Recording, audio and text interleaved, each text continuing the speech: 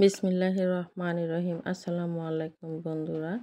আজ তৈরি করব মিনি সিঙ্গারা। মিনি সিঙ্গারা তৈরি করার জন্য আমি এখানে 250 গ্রাম আটা নিয়েছি।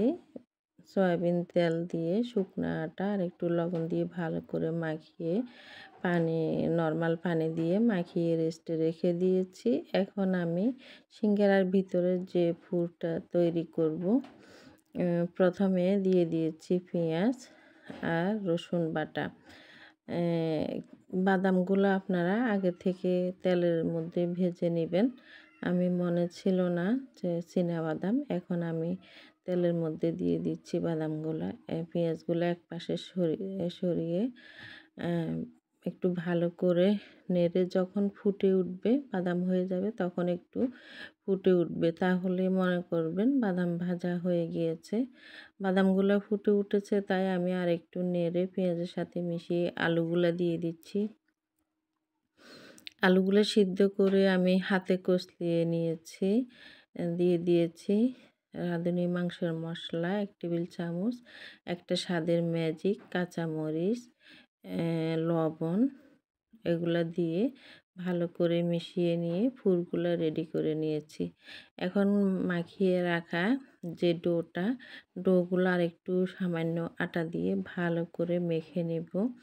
ডোটা যত ভালো করে মাখানো হয়, তত যে কোনো জিনিস তৈরিতে সুন্দর হয়। এখন আমি ছোট ছোট করে লিচি কেটে নেব ডোটা মাখা হওয়ার পরে। একেবারে ছোট, আমরা যে বাসায় পরোটা তৈরি করি, একটা পরোটার অর্ধেক হবে ডোটার পরিমাণ।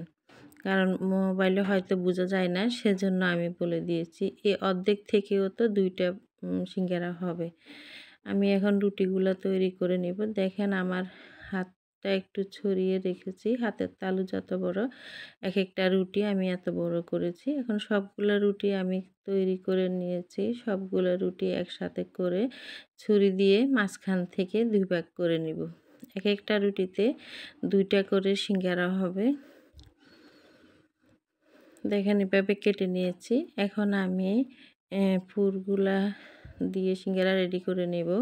তবে একটু পানি দিয়ে রুটি মাঝখান বরাবর দিয়ে নিয়ে এভাবে ভাঁজ করে ভিতরে পুর ঢুকিয়ে, দেখেন জোড়ার মুখটা আগে দিব, তারপরে অন্য পাশেরটা এনে 2 পাশের থেকে টেনে এনে এইভাবে একটু চেপে দিব, তাহলে সিঙ্গারার ভাঁজটা হয়ে যাবে।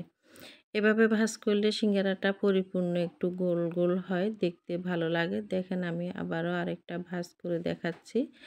এভাবে করে আমি সবগুলো সিঙ্গারা রেডি করে নিয়েছি। এখন হচ্ছে ভেজে নেওয়ার পালা। তেলগুলা মিডিয়াম গরম হয়েছে। এখন আমি এক এক করে সিঙ্গারাগুলা দিয়ে দিচ্ছি।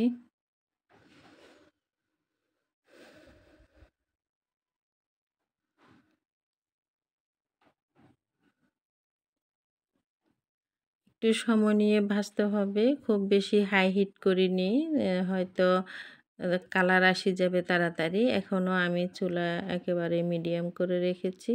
আস্তে আস্তে যত হবে তত খেতে একদম মচমচে থাকবে, দীর্ঘ সময় মচমচে থাকবে, খেতে ভালো হবে। আর যদি বেশি আঁচ বাড়িয়ে রাখেন, অতিরিক্ত হাই হিটে সিঙ্গারাটা ভাজা হয়, তাহলে ভাজা হবে, মচমচে হবে, কিন্তু তাড়াতাড়ি নরম হয়ে যাবে। আমি একটু উল্টিয়ে দিয়ে নেড়েচেড়ে, সিঙ্গারা ফ্রাই হয়ে গিয়েছে, একটু নেড়ে দিচ্ছি। এর থেকে বেশি কালার করব না, তাহলে ডিপ কালার হয়ে যাবে। চুলা থেকে নামানোর পরে কিন্তু কালার আরও একটু আসে। দেখেন এভাবে আমি সবগুলা সিঙ্গারা ভেজে নিয়েছি। মিনি সিঙ্গারাগুলো আসলে মিনি হওয়াতে মনে হয় এতটা সুন্দর লাগতেছে, আদর লাগতেছে, খেতেও ভীষণ ভালো লাগবে। এক একটা সিঙ্গারা একেবারে মুখে দেওয়া যাবে এমন করে তৈরি করেছি, খুব বেশি বড় করিনি।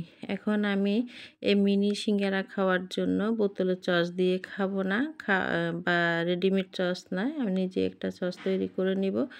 তেঁতুল একটু ভিজিয়ে রেখেছিলাম, তেঁতুলটা কষলিয়ে নিয়েছি।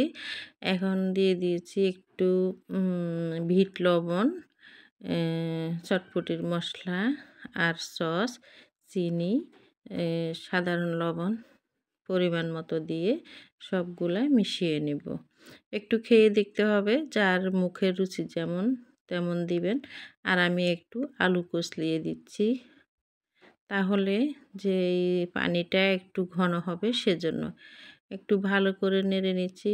হয়ে গিয়েছে সস তৈরি। দেখেন এখন আমি এই সসটা তৈরি করা হচ্ছে সিঙ্গারাগুলো একটু ভেঙে দিয়ে ওইখানে সসগুলা দিয়ে খাইলে আলাদা মজা। আর আপনি চাইলে এমনি যে বাজারের কেনা সস বা ঘরে তৈরি করা থাকলে সেই সস দিয়েও খেতে পারেন, কিন্তু এই সিঙ্গারাটা এভাবে খেলে অন্যরকম মজা হয় আমার মনে হয়।